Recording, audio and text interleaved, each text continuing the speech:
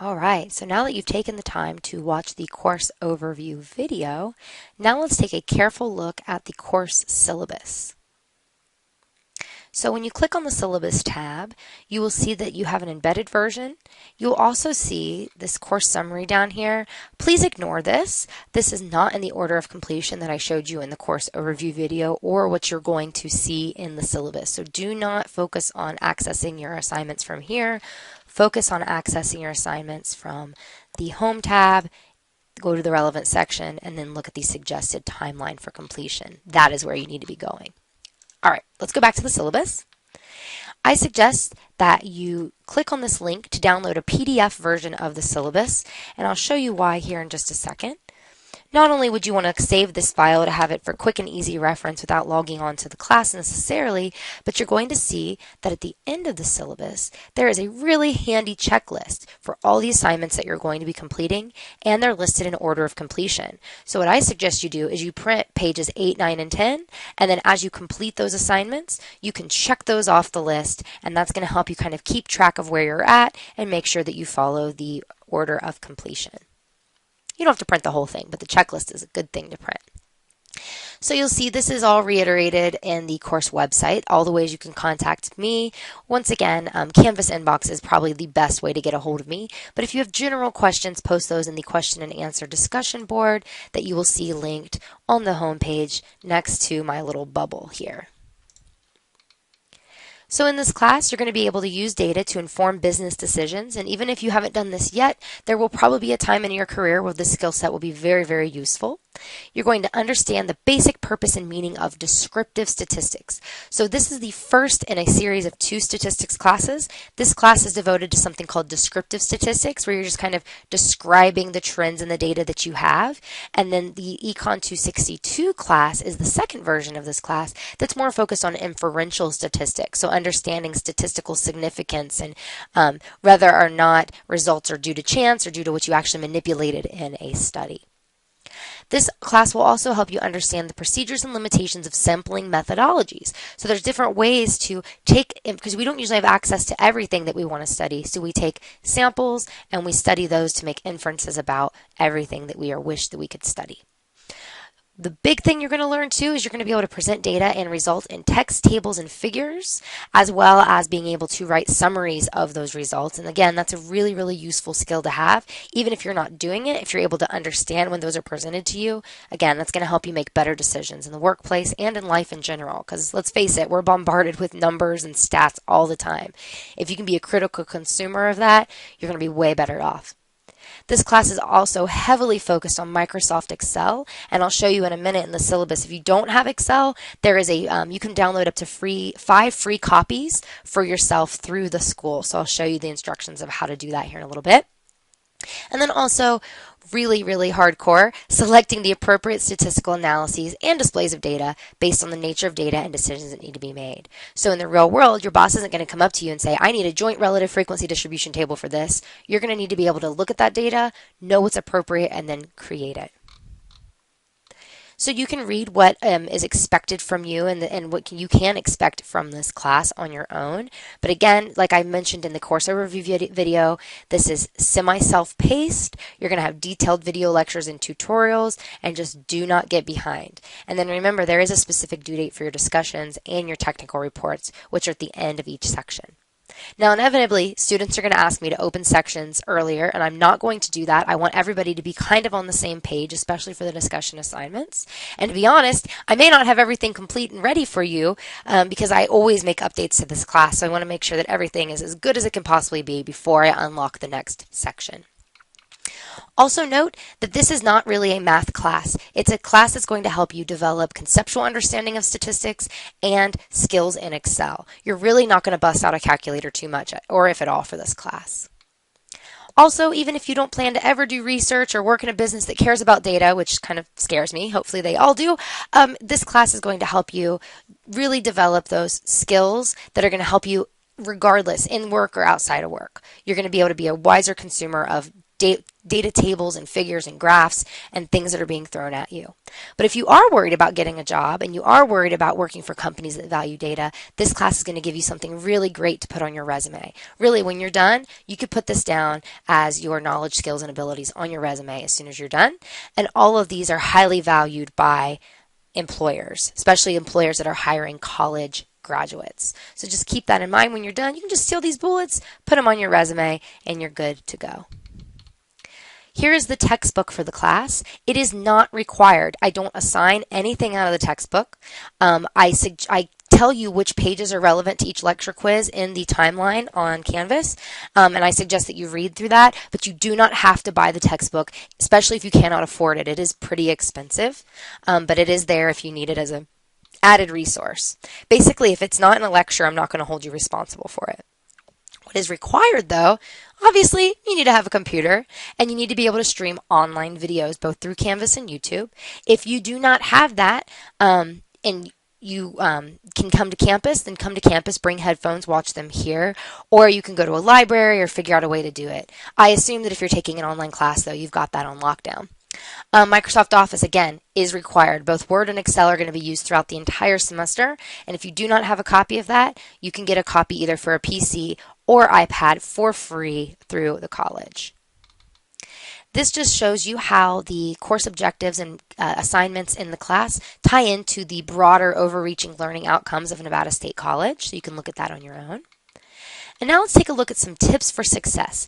I've been teaching this class for years, and I know what separates the students who are successful from the students who have a really frustrating, difficult time and are not successful. So let's go through each one of these, and I hope you take them to heart. So you always want to read announcements. So if you make sure that you're receiving email notifications of announcements as well. So I'll show you what that looks like real quick. You can click on your picture, go to notifications, and then you can set your preferences for everything. Don't look at my cell number. But here you go, like for instance, announcement, right? You go here and you click this to get an email notification of announcements. Or if you're hardcore, you could click here so that it sends you a text whenever I post an announcement. Announcements are really going to be the way that I communicate with you the most throughout the semester. So make sure that you keep up with those so that you aren't behind or lost when certain things are happening.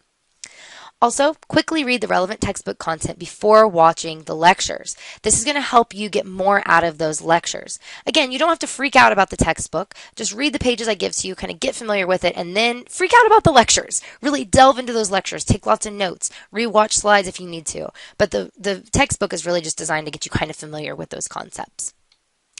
Also, before you sit down to watch a lecture, make sure you have time to watch the entire lecture. And as I said in the course overview video, I'll give you the run times online. Double that and make sure you have at least that much time to sit down and get through an entire lecture and answer all the questions before you sit down to start it. While you're watching the video lectures, take detailed written notes in your own words. Don't just rewrite what I'm saying. Listen to what I'm saying, pause it, and then rewrite that in a way that makes sense to you. Then you can go back and you can make sure that that is accurate by rewatching that slide. So also what I suggest you do is take written notes, and then once you're done with that lecture and you're feeling pretty confident about that material, get a Word document and take notes on your notes in a summarized format that makes sense to you so that when you go to do your technical report, you can look at those written notes in Word and really get a lot out of those and know what you need to do and how to interpret the data that you're working with. Really important here. Do not suffer in silence. Use that question and answer forum that's right next to my picture on the home page in Canvas if you need any clarification or any explanation whatsoever. Also, I am on campus. I live in Henderson. I want to help you. So if you are struggling or you feel like you're getting behind, please reach out to me as soon as humanly possible, and I will help you in every way that I possibly can. Also, equally important, do not procrastinate. I'm a little concerned about the self-paced format because I'm afraid students are going to wait till the very end, right before the due date, to complete the assignments. Do not do that. That is not going to be successful. If you stagger it using the timeline that I give you on the schedule on Canvas, that's going to give you an opportunity not only to kind of pace yourself and get through the material, but if you start to get lost, you're going to have plenty of time to meet with me to get unlost before you move on to the next set of lectures and Excel assignments. Also, Please have a positive attitude. I'm well aware that none of you are taking this class because it is an elective. It is a requirement, and it is a little bit intimidating. Statistics is a difficult subject. It's kind of like learning math in a foreign language all at the same time. So you will be challenged in this class, but I promise you the challenge is worth it. If you can be a wise consumer of research, you're going to be much better off than having not taken this class. And of course, if you're struggling, that just means that you're building that brain muscle, right? If you're going to the gym and you're working out, it hurts a little bit, but at the end of the day, you look buff. So we want your brain to get buff in this class. So what assignments you're going to be completing? So there's the lecture quizzes, of course, where you're watching that interactive video lecture, and then you're taking those 4 quiz questions at the end. There's the Excel practice. So for most of the concepts that you're going to be learning about, with the exception of kind of the first few lectures, you're going to have an Excel practice that teaches you how to do everything you need to do in Excel related to those concepts and statistical values. Each section, right, so you're going to have a bunch of these scattered throughout the section, the lecture quizzes and Excel practice. Then at the end of the section, you're going to do a technical report where you apply everything you've learned from the Excel practice and from the lecture quizzes towards doing a real technical report for the Foundation for an Independent Tomorrow. And again, like I said in this overview video, the best one for each section is going to actually get sent to the company, and they're going to use it to make decisions. So that's pretty exciting. Your name will get out there. You'll also, with the technical reports, you'll have something to put in a resume to show people what you're capable of. If you're applying for a job that really wants you to understand statistics and have, data literacy, you can show them, here's a technical report I did, and look at how good I did and what kind of skills I bring to the table. You're also going to have those discussion assignments. It'll be group and individual based, where you're going to be using either real world data that you collect or real world tools that are available to look at data, to make sense of data and think about how data is used in everyday life. Here's that note about the self-paced nature of the class. So all the lecture quizzes and Excel practice assignments will be due on the same day. You can complete these, in the time that you want, but you have to complete them in the order presented in the checklist at the end of the syllabus and also in the timeline on Canvas. You won't have access to assignments until previous assignments are completed, but remember there's an exception for discussion assignments where you will have all of that stuff the day the section opens so that all of your group members can work together, even if you're not necessarily through the entire section. Also, this should go without saying, but all assignments must be completed individually. I have ways to check to see if students are working together and cheating, so please do not do that. You're going to rob yourself of the opportunity to learn, and you're not going to be able to really show your skills in that technical report project if you're working with other students. The only assignment that's group-based is the group discussion response. So here you'll see the outline of the points allocated in the class. So you'll see that those lecture quizzes are worth the most, and then the technical reports are also worth a pretty hefty portion of your grade. You'll also see how I grade. I round to the same way that Canvas rounds. So even if you have like a 92.9%, you are not going to get an A, you're going to get an A-. So please don't ask me to round your grades in any way other than what Canvas does. If you have a problem with the grade that was assigned, or you think I made a mistake, or that the feedback didn't make sense and you want to know if you could get more points, you have to notify me within a week of the grade posting with a detailed description of what you want me to review, and then I will review it for you. So here is that checklist I showed you at the beginning of the video. And again, I hope you print it out and then just check those boxes as you go. This may seem like a lot at first, but many of these are pretty small assignments. These are only 4 questions. Some of these videos are rather short. Some of them are a little longer. And then again, with the Excel practice, you literally just do what I do in the video and turn it in. It's not too intense.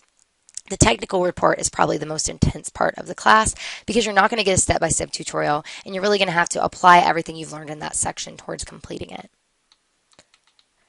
So there's all your checklists. That's all the stuff you can do, and then you can be a minion and celebrate at the end of the semester. So as always, if you have any questions, comments, or concerns, don't hesitate to reach out to me. And I hope that after seeing this video, you're excited about the potential to gain so much good, useful skills and knowledge in this class.